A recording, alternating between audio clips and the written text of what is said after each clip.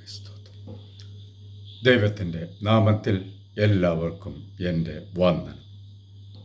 നമ്മുടെ അല്പസമയത്തെ ധ്യാനത്തിനായി മത്തായി എഴുതിയ സുവിശേഷത്തിലെ 25-ാം അധ്യായം, അതിൽ കർത്താവ് പല ഉപമകളും പറയുന്നുണ്ട്. 25-ാം അധ്യായം 42 മുതൽ 44 വരെ ഇപ്രകാരം കാണുവാൻ സാധിക്കും. Matthew chapter 25, 42-44. എനിക്ക് വിശന്നു, എനിക്ക് ഭക്ഷിക്കാൻ തന്നില്ല. ദാഹിച്ചു, നിങ്ങൾ കുടിപ്പാൻ തന്നില്ല. അതിഥിയായിരുന്നു, നിങ്ങൾ എന്നെ ചേർത്തുകൊണ്ടില്ല. നഗ്നനായിരുന്നു, നിങ്ങൾ എന്നെ ഉടുപ്പിച്ചില്ല. രോഗിയും തടവിലും ആയിരുന്നു, നിങ്ങൾ എന്നെ കാണുവാൻ വന്നില്ല എന്ന് അരുളി ചെയ്യും. അതിന് അവർ, കർത്താവേ, ഞങ്ങൾ നിന്നെ വിശക്കുന്നവനോ ദാഹിക്കുന്നവനോ അതിഥിയായോ നഗ്നനായോ രോഗിയായോ തടവിലോ ആയി എപ്പോൾ കണ്ടു? നിനക്ക് ശുശ്രൂഷ ചെയ്യാതിരുന്നു എന്ന് ഉത്തരം പറയും. 45-ാം വാക്യത്തിൽ ഇപ്രകാരം കാണുന്നുണ്ട്. അവൻ അവരോട്, ഏറ്റവും ചെറിയവരിൽ ഒരുത്തന് നിങ്ങൾ ചെയ്യാഞ്ഞിരുന്നിടത്തോളം എല്ലാം എനിക്കാകുന്നു ചെയ്യാഞ്ഞത് എന്ന് ഞാൻ സത്യമായിട്ട് നിങ്ങളോട് പറയുന്നു എന്ന് ഉത്തരം അരുളും. ഇന്ന് ലോകമെമ്പാടുമുള്ള മനുഷ്യർ ലിംഗഭേദമില്ലാതെ ധനികരും ദരിദ്രരും വ്യത്യാസമില്ലാതെ ദൈവത്തെ തേടി അലയുന്നതായി നമുക്ക് കാണുവാൻ സാധിക്കും. ആരെങ്കിലും ദൈവത്തെ കണ്ടോ? ആ ചോദ്യം അങ്ങനെ തന്നെ നിൽക്കട്ടെ. ചരിത്രത്തിൽ നമുക്ക് കാണുവാൻ സാധിക്കും, ശ്രീബുദ്ധൻ രാജകൊട്ടാരം ഉപേക്ഷിച്ച് പോയതായി. മോശ 40-ാം വയസ്സിൽ കൊട്ടാരം വിട്ടു പോയതായി നമുക്ക് കാണാം. ദൈവത്താൽ വിളിക്കപ്പെട്ടെ. He was chosen by the God. ഇന്നത്തെ സത്യാന്വേഷികൾ, ദൈവത്തെ തേടി അലയുന്നവർ, എത്തപ്പെടുന്നത് ഏതെങ്കിലും ദേവാലയത്തിലോ ആരാധനാലയത്തിലോ ആൾ ദൈവങ്ങളുടെ കൂട്ടത്തിലോ ആയിരിക്കും. ഈ പറഞ്ഞ എവിടെയെങ്കിലും ദൈവത്തിൻ്റെ സാന്നിധ്യം ഉണ്ടോ? എത്ര പേർക്ക് പറയാൻ സാധിക്കും? സമ്പത്തിൻ്റെയും സമൃദ്ധിയുടെയും ഇടമായി മാറിയിരിക്കുന്നു ഇതിൽ പല സ്ഥലങ്ങളും. ഇവിടെ എനിക്ക് ഓർമ്മ വരുന്നത് കർത്താവ് പറഞ്ഞ ഒരു ഉപമയാണ്. ധനികൻ്റെ കൊട്ടാരവും അതിനു മുമ്പിൽ ഇരുന്ന ദരിദ്രനായ ലാസറിനെയും. ദൈവസാന്നിധ്യം എവിടെ ആയിരുന്നു? നിങ്ങളിൽ ചിലർക്കെങ്കിലും അറിയാമായിരിക്കും. ഞാനതിലേക്ക് വിശദമായി കടക്കുന്നില്ല ഈ അവസരത്തിൽ. ആഡംബരത്തിനും ആർഭാടത്തിനും മുൻതൂക്കം കൊടുക്കുന്ന ധനികൻ്റെ കൊട്ടാരം പോലെയാണ് പല ദേവാലയങ്ങളും ആരാധന ആലയങ്ങളും ഇന്ന്. എന്താണ് യാഥാർത്ഥ്യം? എന്താണ് സത്യം? നിങ്ങൾ പലരും ദൈവത്തെ കണ്ടിട്ടുണ്ട്. ദൈവത്തിൻ്റെ അനുഗ്രഹം, ദൈവത്തിൻ്റെ കൃപ ലഭിച്ചിട്ടുണ്ട്. നിങ്ങൾ അതറിഞ്ഞില്ല, നിങ്ങൾ തിരിച്ചറിഞ്ഞില്ല. ദൈവത്തെ തേടി എവിടെയും പോകണ്ട. നിങ്ങളോടൊപ്പം തന്നെ ഉണ്ട്. നിങ്ങളിപ്പോഴുള്ള ചുറ്റുപാടുകളിൽ നിന്ന് പുറത്തേക്കിറങ്ങി നടന്നാൽ മതി. നിങ്ങൾക്ക് കാണുവാൻ സാധിക്കും, അനുഭവിച്ചറിയാൻ സാധിക്കും ദൈവ സാന്നിധ്യം. The spiritual presence of God. You can feel it. ഒരു ബാലൻ ദൈവത്തിൻ്റെ കൂടെ ഒരു നേരമെങ്കിലും ഭക്ഷണം കഴിക്കണമെന്നായിരുന്നു ആ ബാലൻ്റെ ആഗ്രഹം. കയ്യിൽ കുറച്ച് ബ്രെഡുമായി അവൻ ദൈവത്തെ തേടി ഇറങ്ങി. നദീതീരത്തെത്തിയപ്പോൾ വയോധികയെ കണ്ടുമുട്ടി. അവരുടെ അടുത്തിരുന്ന് അവൻ ബ്രെഡ് കഴിക്കാൻ തുടങ്ങി.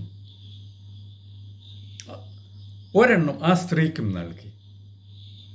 അവർ അത് സന്തോഷത്തോടെ കഴിക്കുന്നത് കണ്ട് അവൻ ഒരെണ്ണം കൂടി നൽകി. വൈകുന്നേരം വരെ അവിടെ ചെലവഴിച്ച് ഇരുവരും സ്വന്തം വീടുകളിലേക്ക് മടങ്ങി. വീട്ടിലെത്തിയ മകന്റെ സന്തോഷം കണ്ട് അമ്മ കാരണം അന്വേഷിച്ചു. അവൻ പറഞ്ഞു, ഞാൻ ദൈവത്തിൻ്റെ കൂടെ ഭക്ഷണം കഴിച്ചു.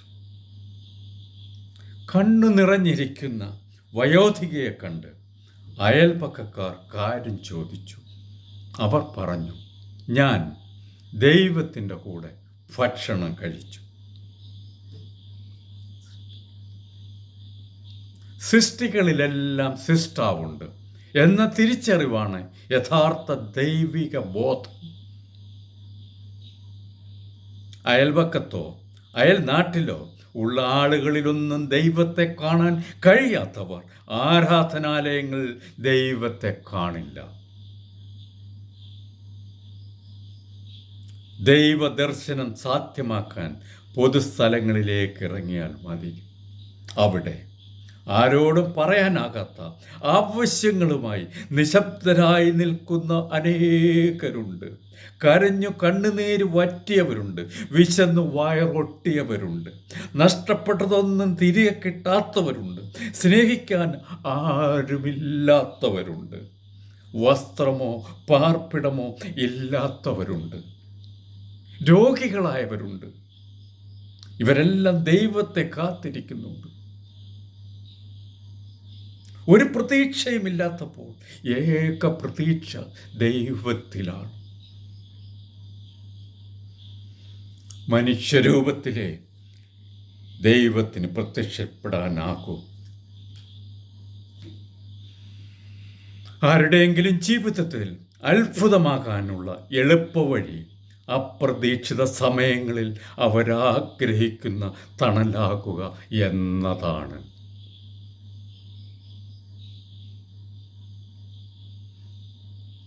അപ്രതീക്ഷിത സമയങ്ങളിൽ അവരാഗ്രഹിക്കുന്ന തണലാകുക എന്നതാണ്.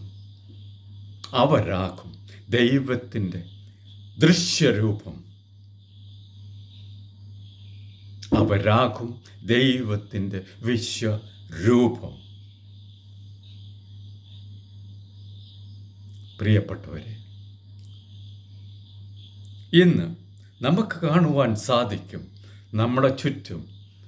നമ്മുടെ ചുറ്റുപാടും അനേകം പേർ, നമ്മുടെ സുഹൃത്തുക്കൾ, നിങ്ങളുടെ സുഹൃത്തുക്കൾ, ബന്ധുക്കളൊക്കെ സ്വയം പറയുന്നത്, തന്നെത്താൻ പ്രഖ്യാപിക്കുന്നത്, ഞാൻ വിശുദ്ധനാണ്, ഞാൻ പരിശുദ്ധനാണ്, ഞാൻ മാലാഖയാണ്, ദൈവത്തിൻ്റെ അനുഗ്രഹം നേരിട്ട് കിട്ടിയതാണ്, ഞാൻ യോർദാനക്കരെ എത്തി എന്നൊക്കെ നിങ്ങളിൽ പലരും കേട്ടിട്ടുണ്ടാവും. ഇങ്ങനെയുള്ള പ്രവചനങ്ങൾ, പ്രഖ്യാപനങ്ങൾ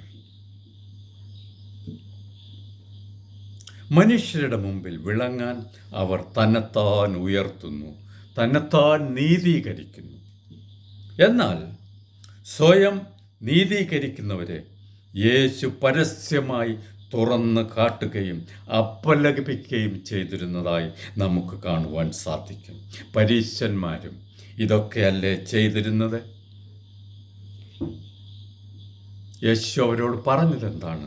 ചുങ്കക്കാരും വേശ്യമാരും നിങ്ങൾക്ക് മുമ്പാകെ സ്വർഗരാജ്യത്തു കടക്കും എന്നതാണ് യേശു പറഞ്ഞത്.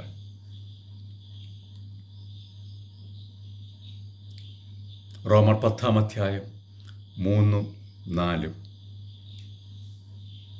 Romans chapter 10:3-4.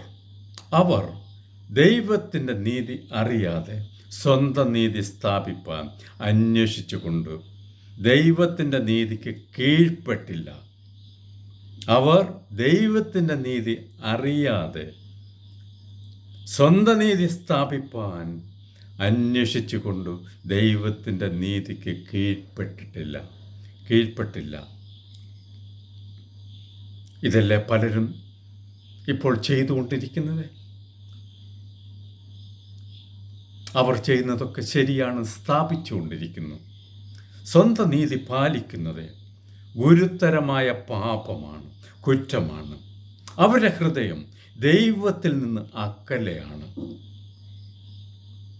സത്യം നിരസിക്കുകയും അപമാനിക്കുകയും ക്രിസ്തുവിൻ്റെ വാക്കുകളെ തള്ളിക്കളയുന്നതിന് സമമാണ്. ഇത് രക്ഷയിലേക്കുള്ള വഴിയല്ല. നിങ്ങളുടെ തെറ്റുകൾ ഏറ്റുപറഞ്ഞ് അംഗീകരിക്കുകയും തിരുത്തി മുമ്പോട്ട് പോവുകയും ചെയ്യുക.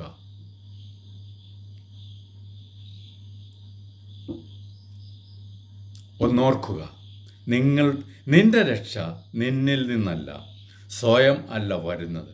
അത് യേശുവിൽ നിന്ന് വരുന്ന അംഗീകാരമാണ്.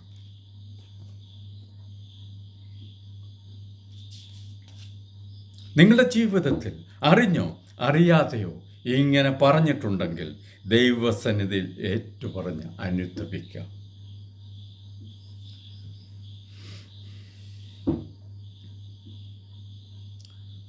വെറുതെ ജോർദാൻ അക്കരെ എത്തിയെന്നൊക്കെ പറയാൻ പാടില്ല. ദൈവനിന്ദയാണത്. വർഷങ്ങളുടെ നീണ്ട യാത്രയ്ക്ക് ശേഷം മോശയ്ക്ക് ജോർദാൻ കടക്കാൻ സാധിച്ചില്ല. പിൻഗാമിയായി വന്ന യോശുവ ആണ് ജനത്തെ ജോർദാൻ അക്കരെ എത്തിച്ചത്. സ്വയം വിശുദ്ധരെന്ന് പറയുന്നവർ ഓർമ്മിക്കുക, ജോർദാൻ അക്കരെ എത്തിയപ്പോൾ രഹാബ് എന്ന പേരുള്ള ഒരു വേശ്യ ദൈവത്തിനും തൻ്റെ ജനത്തിനും ചെയ്ത നന്മ കാരണം അവൾക്കും അവളുടെ കുടുംബത്തിലുള്ളവർക്കൊക്കെയും ദൈവകൃപ ലഭിക്കുകയും ദൈവാനുഗ്രഹം ലഭിക്കുകയും ചെയ്തു. കൂടാതെ രാഹാബിനെ ദൈവം കൈവിട്ടില്ല, അവളെ മാനിക്കുകയും ഉയർത്തുകയും ചെയ്തു. നമുക്ക് കാണുവാൻ സാധിക്കും, യേശുക്രിസ്തുവിൻ്റെ വംശാവലിയിൽ രാഹാബ് ഭാഗമാകുകയും ചെയ്തതായി. ഇവിടെ നാം ചിന്തിക്കേണ്ട ഒരു വിഷയമുണ്ട്. ഒരാളിൻ്റെ നന്മ കാരണം ആ തലമുറ തന്നെ അനുഗ്രഹിക്കപ്പെട്ടു. സമയച്ചുരുക്കം കൊണ്ട് അതിലേക്ക് ഞാൻ കടക്കുന്നില്ല. താല്പര്യമുള്ളവർക്ക് വായിക്കാവുന്നതാണ്. യോശുവയുടെ പുസ്തകവും മത്തായിയുടെ സുവിശേഷവും വായിക്കാം.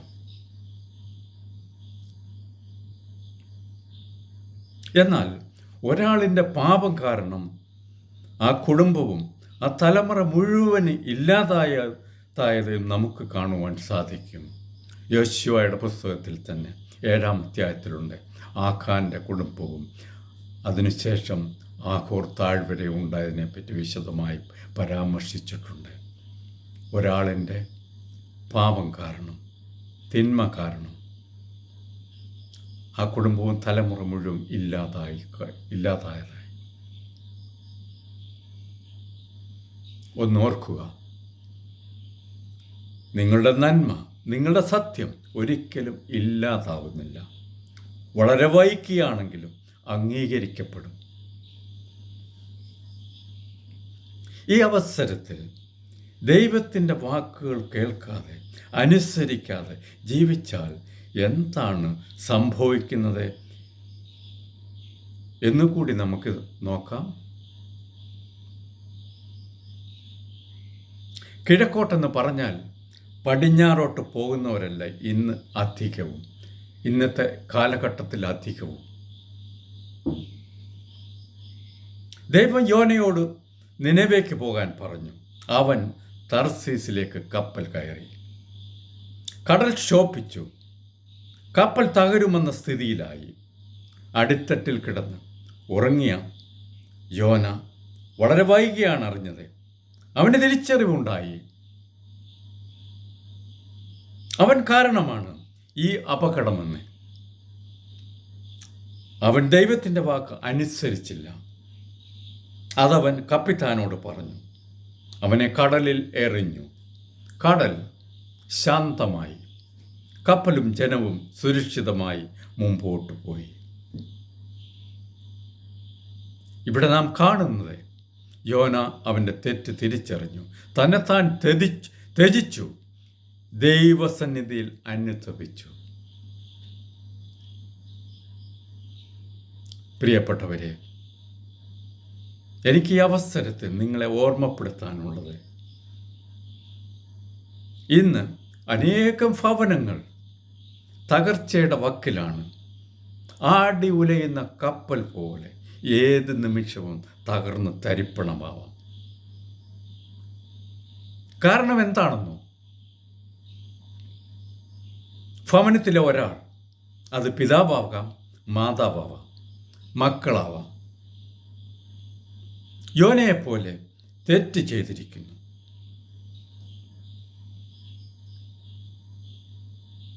ആരാണെങ്കിലും സ്വയം തിരിച്ചറിഞ്ഞ് ദൈവസന്നിധിയിൽ അനുതപിക്കുക, ഏറ്റുപറയുക. ആ ഭവനം തകർന്നു പോകാതെ, ആടി ഉലയാതെ സ്വച്ഛന്നമായി മുമ്പോട്ട് പോകും. ഞാൻ എൻ്റെ വാക്കുകൾ ചുരുക്കുന്നു. God bless you all. ദൈവം എല്ലാവരെയും അനുഗ്രഹിക്കട്ടെ. ഈ സന്ദേശം നൽകിയത് ജോർജ് ജൂനിയർ, കിഴക്കേ വീട്.